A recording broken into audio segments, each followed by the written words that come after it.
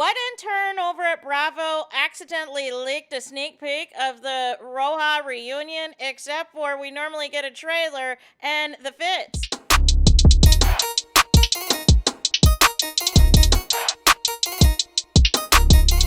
Hey there, it's Anonymous Tea, where we spill the tea anonymously. Hello, hello, hello, hello, hello, everyone. Hello, YouTubers. Hope you guys are all having an amazing day today, sending good vibes, sending positivity, sending blessings, and good energy to each and every single one of you. Thank you so much for tuning in.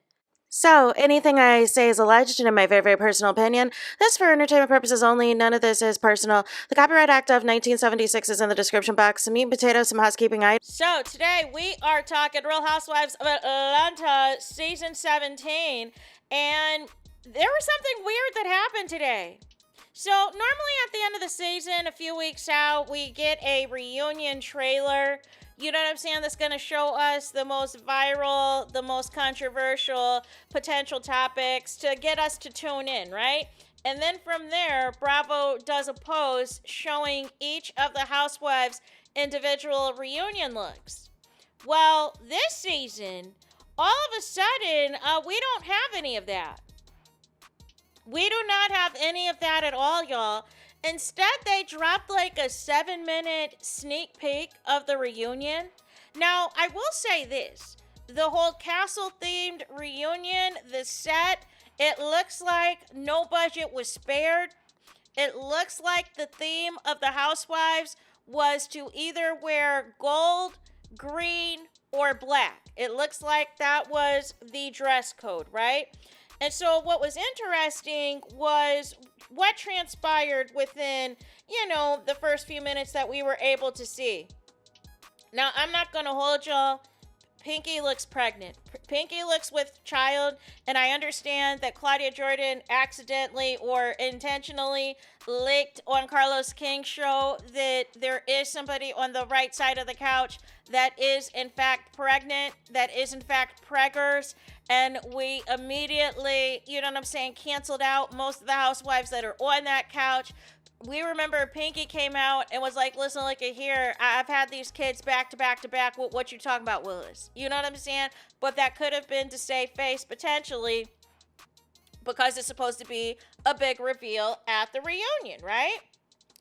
And so we get to some of the questions, just some of the initial feel-good questions that Andy Cohen is asking the ladies, and asked, who in the housewives has surprised you the most. And Angela Oakley says Pinky surprised her with her initially trying to come in hot towards Angela Oakley, where she told her to kiss her ASS and called Angela Oakley sweaty and all this and all that. And she was called Mr. Clean, of course, and all the things. So they have a little chuckle at that. We then talk about as well, K. Michelle says that she was most surprised by Phaedra. She had preconceived notions about Phaedra Parks. And basically those preconceived notions is from previously Phaedra being on the show and what has happened previously on the show, because K. Michelle came in as a fan, right? K. Michelle came in as a fan. She came in expecting not to like certain housewives based off of what she saw on the show. But Phaedra, according to K. Michelle, has been nothing but kind to her, has been nothing but helpful to her, allegedly is trying to, help her husband with his dentist license to get that sorted out in Atlanta, because as you know, in Georgia, because as you know, he has his license in Tennessee, right? So, but to try to get it sorted out for him to have it in Georgia so that he can practice in Georgia. Also said, I believe she said, worked on getting one of her surgeries potentially for free. So Phaedra might have some connections with some of these physicians, some of these plastic surgeons and all this and all that they were able to work out a deal for K. Michelle. So it seems like K. Michelle's the type to rock with you if you help her out. If you help her out and do things for her, if you're a do-girl for her, you know what I'm saying? She's going to rock with you. She's going to love you till the end. And it doesn't help, matters as well that Phaedra, the Caucasian people love Phaedra. And that's what K. Michelle ultimately wanted. She wants the love of the Caucasian fans in the Bravo universe, right? So we got that going on, right? Andy Cohen says that his objective is for all of the ladies to get along and for all of the ladies to resolve their issues as best that they can at this reunion. And I am just of confusion, Andy Cohen, because once you bring the mamas into a beef, there's no coming back from that. There is no coming back from that. So I'm very curious to see how he is going to handle the Porsha versus Shamea of it all, right? Then there was an interesting question before we get to the one question I want to talk about that I found interesting, we got to get into the reunion looks, right? Drew Sidora is going to find her a sequin in every single color. I thought Phaedra looked nice. It looked like K. Michelle was trying to go for like the poison ivy look. I'm still confused as far as Kelly and Shamea's look. Apparently they were sharing a room. Surprise, surprise. But I don't know how I feel about Shamea's gold foil thing. I gotta look at it in motion. I gotta look at it standing up or her walking to see the full effect. However, I did see the elementary school hairdo that she had. You know what I'm saying? For like the school pictures and everything else. I was very confused. Because I don't know what be going on with Shamea's hair. I really do not know what goes on with her hair at all. It was like, it was like second, third grade. Let's put this hair up in a ponytail. Let's give a little cute little side bang. And that's what we're going to rock at this reunion. And I didn't understand it. So, Pinky, it looked like she was trying to wear some green to kind of overlap, and it looks like there's additional fabric, just my speculation, you know what I'm saying? It was interesting that Shamea said that Angela Oakley, she just said on Watch What Happens Live, that out of all the reunion looks, that Angela Oakley's was the most underwhelming. No. Angela Oakley was one of the best dressed. And it goes without saying, Porsha is always going to knock out a reunion look. She is always going to get her 10s for these reunion looks. I have not seen a reunion look for Porsha that has missed. That has been a flat out miss. She looked absolutely gorgeous and everything else and all the things. But the question at hand from Andy Cohen was, what housewives from other shows are you in communication with? Do you talk to? Do you bond with? All of this and all of that, right? So ultimately, we kind of go down the line of people. And, for the most part, almost everybody has said housewives that they are in correspondence with. Even Kelly, right? And, we get to Porsha and she's like, listen, look at here. Before Ultimate Girls Trip, it was just Kyle Richards and Giselle that are really like her A1 day ones, all this, all of that. But after the Ultimate Girls Trip, we are all in a group chat together and we are all still keeping touch and keeping tabs with each other. And so that's going to include Vicky Govelson, Teresa, it's going to Lisa Barlow. It's going to include all of the people that are a part of that cast for Ultimate Girls Trip, that they all really created a much closer bond and they're all cool with each other. So then the comment was made, well, our group chat's kind of DEAD for season 17. And Phaedra's like, well, I tried wishing y'all happy Memorial Day and happy Mother's Day. And you know what I'm saying? And Shamea claims that she doesn't see that. And so somebody made the comment, there must be separate group chats. And so Portia's like, listen, look at here. I ain't in no other group chat. You know what I'm saying? I don't need to be in no separate group chats. You know what I'm saying? Once I come in, I come to work. That's it and that's all. And those of y'all that I rock with outside of filming, I rock with outside of filming. But I don't need to be in no separate group chat. But what was interesting was, guess who said that they have no other relationships with any of the housewives on other franchises? None other than I am all of y'all best friends, Shamea. And I said, wow, this really puts things into perspective.